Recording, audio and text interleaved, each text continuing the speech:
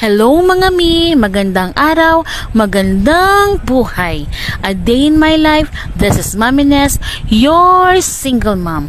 Panibagong araw naman, panibagong buhay. Sa ngayon, ipapakita ko sa inyo ang isa sa pinagkakaabalahan ng Mami Ness. Kahit nasa bahay lang, kinakailangan maging productive and active ang lifestyle ni Mami Ness nyo.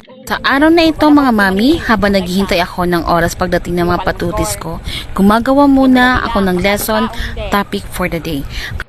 Bago kami mag-start ng aming lesson ay kinukumusta ko muna ang aking mga estudyante, lalo na nung paparating ng kanilang periodical exam at pagkatapos ng kanilang periodical exam, tinatanong ko sila kung sila ay nakapasa o hindi o kung may natutunan man sila sa aking mga ni-review.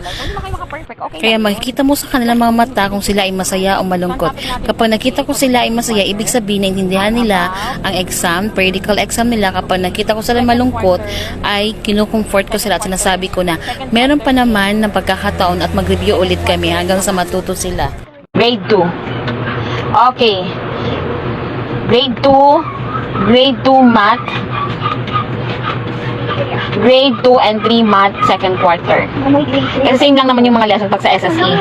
Okay, dahil grade 2 kayo, we are talking about the subtractions of 2 digit and 3 digit without